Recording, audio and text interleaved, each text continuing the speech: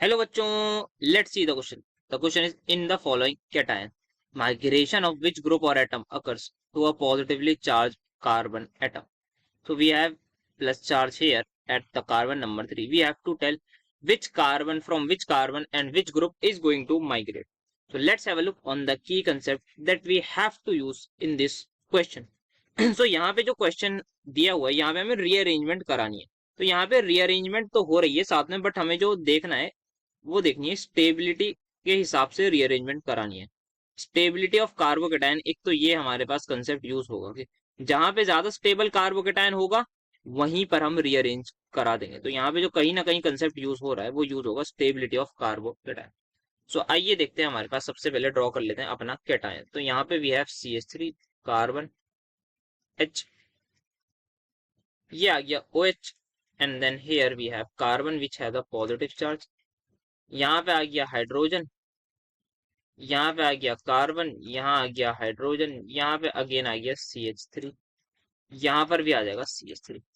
So now यहाँ पे क्या होगा हमारे पास, या तो ये कार्बोकेटायन अब इधर शिफ्ट होगा प्लस चार्ज, या फिर इधर शिफ्ट होगा. ठीक है, तो दो पॉसिबिलिटीज है हमारे पास. सबसे पहले देखते हैं कौन से कार्बन पर शिफ्ट होगा, फिर ग्रुप की बात करेंगे.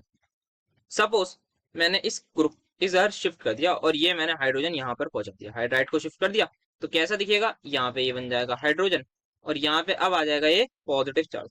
तो नाउ यू कैन सी यहाँ पे ये है अल्फा कार्बन, ये अल्फा कार्बन, ये अल्फा कार्बन. तो इस केस में जो मेरे पास होंगे वो होंगे 8 अल्फा एच. ठीक है जी, हाइपर कॉन्जुगेशन अच्छी खासी है. बट नाउ व्हाट हैपन अगर मैंने इधर वाले कार्बन पर शिफ्ट कर दिया, दैट इज दूसरे कार्बन पर. आइए वो भी चेक कर लेते हैं क्या होगा.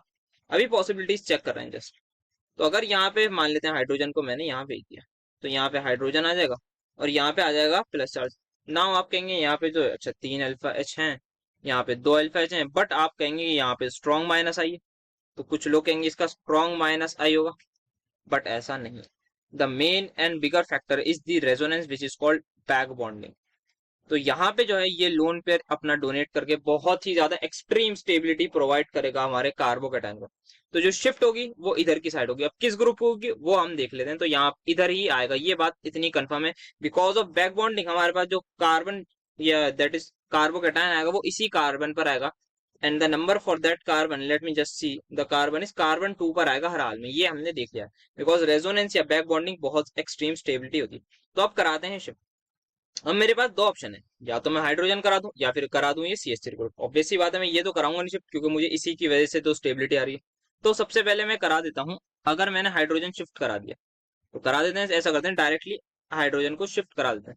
तो यहाँ से ये हाइड्रोजन हमारे पास शिफ्ट हो जाएगा और ये इधर आ जाएगा. सो फाइनली क्या होगा यहाँ पे देखते हैं. CH3C, ये बन जाएगा अब CH2 सिंपल स्टेबल. देन यहाँ पे CH, इधर CH3, इधर भी आ जाएगा CH3. ठीक है, ना यहाँ पे मेरे पास आ चुका होगा पॉजिटिव चार्ज, तो इसको पॉजिटिव चार्ज को ड्रॉ कर लेते हैं. ये आ गया OH, यहाँ पे लगा देते हैं पॉजिटिव चार्ज. अब यहाँ पे है लोन पेयर, ये रेजोनेंस में है. तो अब ये जो रेजोनेंस है यहाँ पे बहुत ज्यादा स्टेबिलिटी मिली है. साथ के साथ रेजोनेंस के साथ यहाँ पे ये दो अल्फा एच है और यहाँ पे 3 अल्फा एच है. तो इस केस में जो है रेजोनेंस तो है, रेजोनेंस कहना है रेजोनेंस कह लीजिए, बैक बॉन्डिंग कहना है बैक बॉन्डिंग कह लीजिए.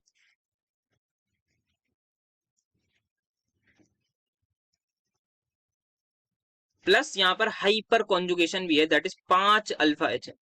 सो इसका मतलब बहुत ज्यादा स्टेबल होगा. अगर मैं किसी तरीके से अपनी मिथाइल शिफ्ट कर देता तो क्या होता, मेरे पास एक ही अल्फा एच बचता या फिर 2 अल्फा एच मेरे पास रहते. तो अगर बाई चांस मैं मिथाइल शिफ्ट कर दूं, तो जो कि मैं एक बार करके देख लेता हूं, अगर मैं मिथाइल शिफ्ट करूंगा यहाँ पर तो क्या होगा. सो यहाँ पे जो होगा वो देखते हैं क्या होगा. तो यहाँ पे कार्बन हाइड्रोजन, ये आ जाएगा OH, ये कार्बन इधर आ जाएगा, एक हाइड्रोजन रहेगा, एक CH3 आ जाएगा इधर, और यहाँ पे आ जाएगा carbon H and then 2 CH3. ठीक है, तो यहाँ पे ये पॉजिटिव चार्ज आ चुका होगा. बट यहाँ पे देखेंगे रेजोनेंस है, दैट इज बैक बॉन्डिंग है. बट द थिंग इज यहाँ पे हाइपर कॉन्जुगेशन कम है. यहाँ पे जो है सिर्फ और सिर्फ एक ही अल्फा एच बचा है, जिसकी वजह से यहाँ पे 5 अल्फा एच प्लस रेजोनेंस, यहाँ पे एक अल्फा एच प्लस रेजोनेंस. तो जितने ज्यादा अल्फा एच उतनी ज्यादा स्टेबिलिटी, बिकॉज रेजोनेंस से तो ड्रॉ हो गया था, मतलब बराबरी हो गई थी. बैक बॉन्डिंग कर रहे हैं बिकॉज एक अल्फा एच है और यहाँ पे जो है पांच पांच अल्फा एच है, तो जिसकी वजह से हम इसको एक्सेप्ट करें। तो सबसे पहले हमने देखा कौन से कार्बन पर शिफ्ट करना है, तो हमारा फिक्स हुआ कि 2 कार्बन पर करना है, बिकॉज यहाँ रेजोनेंस मिलेगी।